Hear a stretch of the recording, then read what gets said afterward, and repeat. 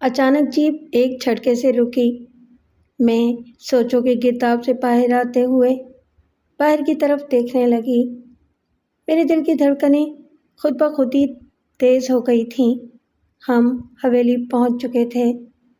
Jeep رکتے ہی پورا خان نے اپنی طرف کا دروازہ کھولتے ہوئے مجھے بھی نیچے اترنے کا اشارہ کیا اور پھر میں نیچے اتر آئی۔ سامنے قدیم حویلی تھی۔ اس حویلی میں بڑے سائیں بہتار عارف خان اپنے بیوی بچوں کے ساتھ رہتا تھا۔ حویلی کے دیو ہیکل دروازے پر مسلح پہرے دار موجود تھے۔ مدھم روشنی میں ان کے چہرے بڑے خوفناک لگ رہے تھے۔ انہوں نے اجرکیں پہن رکھی تھیں۔ ان کے چہرے پر گھنی داڑھی اور صحرائی پگولوں کی طرح اوپر کو مڑی ہوئی مونچھیں تھیں۔ ابا، سائیں بٹا جاگ رہا ہے؟ پھورل نے ایک پہرے دار سے پوچھا۔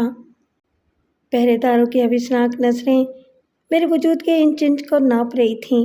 ایک پہرے دار نے جواب دیا، ہاؤ سائیں، بڑا سائیں جاگ رہے ہیں۔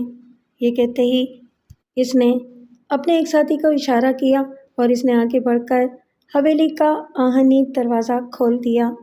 پھورل خان نے مجھے سر کے خفیف اشارے سے اندر داخل ہونے کو کہا۔ ناچار میں نے اندر قدم رکھ دیا۔ پھورل خان اور اس کے دونوں ساتھی اور دروازے پر کھڑے ہوئے مسلح پہرے داروں میں سے ایک شخص بھی ہمارے ساتھ ہی اندر آ گیا تھا۔ اب اندر ہم ایک چوڑی روش پر چل رہے تھے۔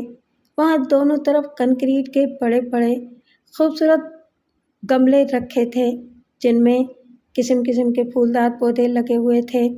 ان کی مہک سے فضا معطر ہو رہی تھی۔ یہاں تھوڑے تھوڑے فاصلے پر آہنی پائپوں پر ہلکی دودھیا روشنی بکھیرتے بلب بھی نظر آ رہے تھے۔ سامنے قدرے اونچے سے تھڑے پر حویلی کی بلند و بالا عمارت کا قد آدم وسطی دروازہ نظر آ رہا تھا، جس کی سنگی پیشانی پر ابھرے ہوئے چھجے پر بھی ایک دودھیا بلب روشن تھا۔ اس کے گرد لاتعداد مچھروں کے جھرمٹ کا ہالہ سا بنا ہوا تھا۔ مذکورہ روش کے پہلو سے ہی ایک اور ذیلی روش داہنی جانب نکل کر سامنے حویلی کی عمارت کے ساتھ ہی بنی ایک اوطاق کی طرف جاتی نظر آ رہی تھی۔ اوطاق کا دروازہ نیم وا تھا اور وہاں بھی دائیں بائیں دو فولادی پائپوں پر بلب روشن تھے۔ ایک طرف دو ہیوی گاڑیاں کھڑی تھیں۔ مسلح دربانوں کا ساتھی انتہائی مستعدی کے ساتھ مذکورہ روش پر تیز تیز قدموں کے ساتھ چلتا ہوا اوطاق کا نیم وا دروازہ کھول کر اندر چلا گیا، جبکہ پھورل خان میرے آگے آگے اور اس کے دونوں ساتھی میری عقب میں اس ذیلی روش پر چلتے ہوئے اوطاق کے قریب پہنچ کر رک گئے۔ پھورل نے ہمیں وہیں رکنے کا اشارہ کیا اور خود خڑاب سے اندر اوطاق میں چلا گیا۔ ایک عجیب بات یہ ہوئی کہ اس وقت تک میرے دل و دماغ سے ہر طرح کا خوف اور گھبراہٹ دور ہو چکی تھی۔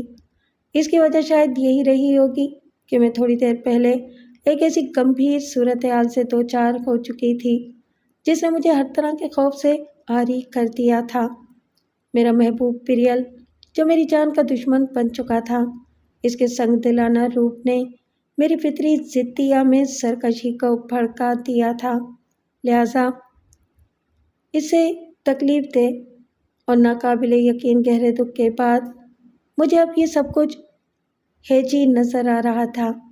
تھوڑی دیر بعد پہلے والا مسلح دربان اوطاق سے نکلا اور بغیر رکے تیز تیز قدموں کے ساتھ چلتا ہوا حویلی کے بڑے دروازے کی طرف بڑھ گیا۔ اس کے ذرا دیر بعد ہی پھورل خان بھی اوطاق کے دروازے پر نمودار ہوا۔